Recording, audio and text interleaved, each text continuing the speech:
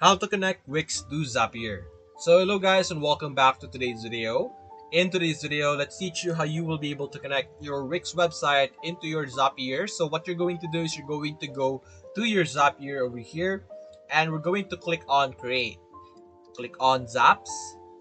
And of course, it depends on what type of integration or connection do you want to be established.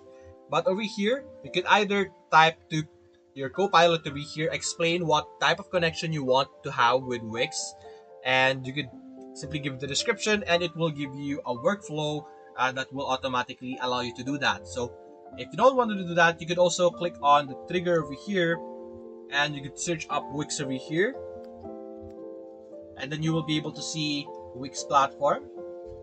So over here, you're simply going to click on connect over here, connect Wix in the account, and then you could simply select the triggers that you want to have over here. But connecting the account or signing in over here will allow you to sign in into your Wix store over here, allowing you to connect these two platforms together, and then you can create your own automation with Wix and Zapier. So that's basically it guys. If you enjoyed this video, leave a like and subscribe. Thanks for watching.